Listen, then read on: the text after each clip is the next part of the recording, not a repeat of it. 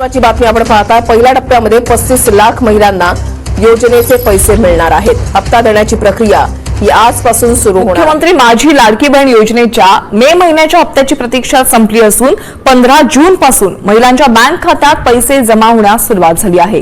राज्यात सखोल छाननीनंतर एकूण 2.5 कोटी अर्जांपैकी 1.77 लाख महिला पात्र ठरल्यात, तर बँक लिंकिंग, उत्पन्न मर्यादा आणि तांत्रिक त्रुटींमुळे तब्बल 70 लाख महिलांचे अर्ज अपात्र ठरवण्यात आले।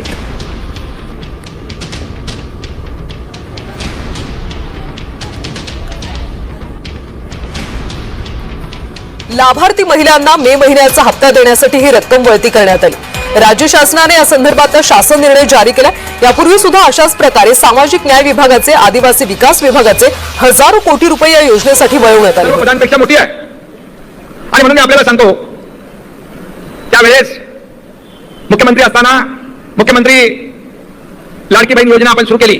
आम्ही देखील गरिबी पाहिली आहे, आमच्या आईची पत्नीची काटकसर पाहिली आहे आणि त्यावेळची परिस्थिती देखील पाहिली आणि म्हणून मुख्यमंत्री झाल्यानंतर मुख्यमंत्री माझी लाडकी बहीण योजना आपण सुरू केली। त्याचा उदय आणि जन्म त्यावेळेस झाला आणि आपल्याला सांगू इच्छितो, कोणी माहिती लावला तरी लाडकी बहीण योजना कधीही बंद होणार नाही। काही केवायसी वगैरे होईल त्याच्यामध्ये, पण पात्र लाडकी बहीण कधी वंचित राहणार नाही, हा शब्द आहे। लाडक्या बहिणींसाठी आनंदाची बातमी आहे। लाडक्या बहिणींनो, तुम्हाला आता रक्षाबंधनाची सरकारकडून ओवाळणी मिळणार आहे। लाडक्या बहिणींना रक्षाबंधनाआधी जुलै महिन्याचा 1,500 रुपयांचा हप्ता मिळणार आहे। लाडकी बहीण योजनेसाठी 319 कोटी 53 लाखांचा निधी वर्ग करण्यात आलाय। लाडक्या बहिणींना रक्षाबंधनापूर्वीच त्यांचा हप्ता दिला जाईल, त्यामुळे त्यांच्यासाठी आनंदाची बातमी म्हणावी लागेल। जवळपास 319 कोटी 53 लाखांचा निधी हा या योजनेसाठी, या हप्त्यासाठी वर्ग करण्यात आलेला आहे। लाडकी बहीण योजनेच्या रकमेमध्ये वाढ होण्याची शक्यता आहे। लाडकी बहीण योजनेची रक्कम महागाईनुसार वाढवा, पंतप्रधान आर्थिक सल्लागार समितीने ही शिफारस केलेली आहे। योजनेचं मूल्यमापन करून बदल करण्याच्या सूचना सुद्धा करण्यात आलेल्या आहेत। वाढती महागाई आणि बदलत्या कौटुंबिक गरजांनुसार थेट बँक खात्यात जमा होणारी सध्याची 1500 रुपयांची रक्कम पुरेशी आहे की नाही हे तपासण्यासाठी या योजनेचं मूल्यमापन करावं आणि त्यामध्ये बदल केले जावेत असा सूर या समितीच्या ताज्या चर्चासत्रातून उमटलेला आहे।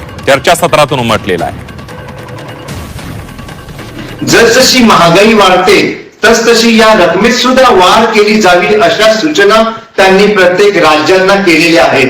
याचा अर्थ काय होतो, तर या योजनांमुळे गेल्या 2.5-3 वर्षांमध्ये संपूर्ण जवळजवळ 15 पेक्षा जास्त राज्यांतील 12 कोटींपेक्षा जास्त महिलांना आणि त्यांच्या परिवारांना फायदा होत आहे। तेव्हा विरोधकांसाठी आता हा चांगला धडा आहे। विरोधकांनी आता यापुढे अशा योजनांची बदनामी ही थांबवली पाहिजे आणि सरकारच्या या योजनांना पाठिंबा दिला पाहिजे, त्यांचं समर्थन केलं पाहिजे। खोट्या अफवेंनी बदनाम सरकारला जे काही करायचं कित्येक वर्ष सुरू होतं ते आता थांबवलं पाहिजे। लाडक्या बहिणींसाठी आनंदाची बातमी आहे। पुढील 2 आठवड्यामध्ये हप्ता मिळण्याचा अंदाज आहे। ई-केवायसी प्रक्रियेमुळे हे हप्ते रखडले होते। ई-केवायसी केली नाही त्या महिला अपात्र होणार आहेत। लाडकीचा मार्च-एप्रिलचा हप्ता थकीत आहे। ई-केवायसी करण्यासाठी 30 एप्रिलची अंतिम मुदत ठेवण्यात आली होती, त्यामुळे ज्यांनी ई-केवायसी केली नाही त्या महिला अपात्र होणार आहेत।